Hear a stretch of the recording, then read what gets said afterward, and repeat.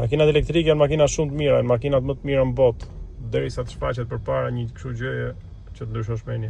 Kemi menduar gjithmonë se bota do zhvillohet, do ecë përpara, por kujt ja ka marrë mendje se elektroshtëpijaket do kthehen makina edhe do bëhen aq luksoze, me aq shumë opsione. Askush se ka menduar se do vi një kohë që do ecim me elektroshtëpijake. Ne fansat e makinave me naftë, me benzinë, se si na duken këto elektriket.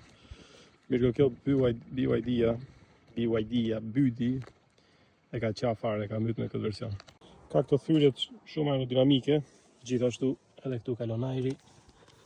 Vim pastaj këtej, tisjet 20-që, gomat electric vehicle, ka goma tjera këto.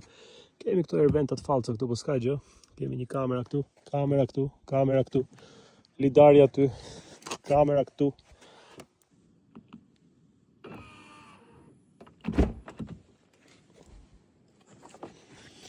Kemi këtë lëkurën e butë, super butë kineze.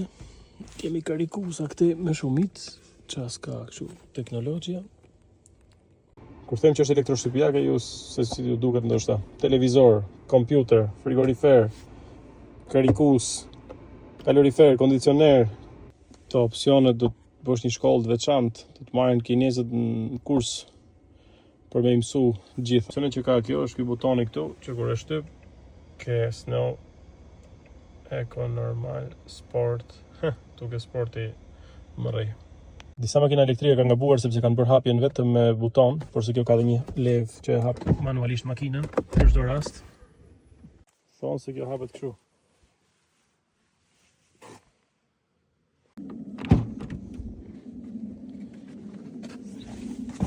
Edhe mbrapa jemi rehat këtu. Pare se bëjmë shagas, është makinë e mirë. Të shohim çik motorin kësaj. Kush e ka vjedh motorin kësaj më? Hello? Qa ka këtu? Hello?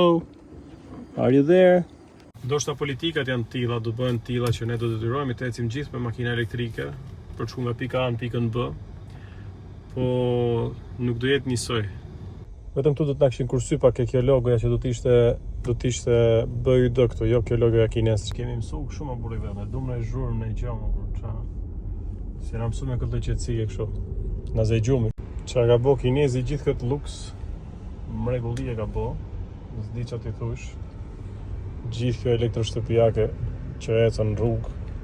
Sporti i kinezëve. Kinezët janë për makina elektrike. I bëjnë me gjitha opsionet, kjo makinë po t'ishte europiane do gdite me i çmim 80.000 euro, 100.000 euro, 120.000 euro.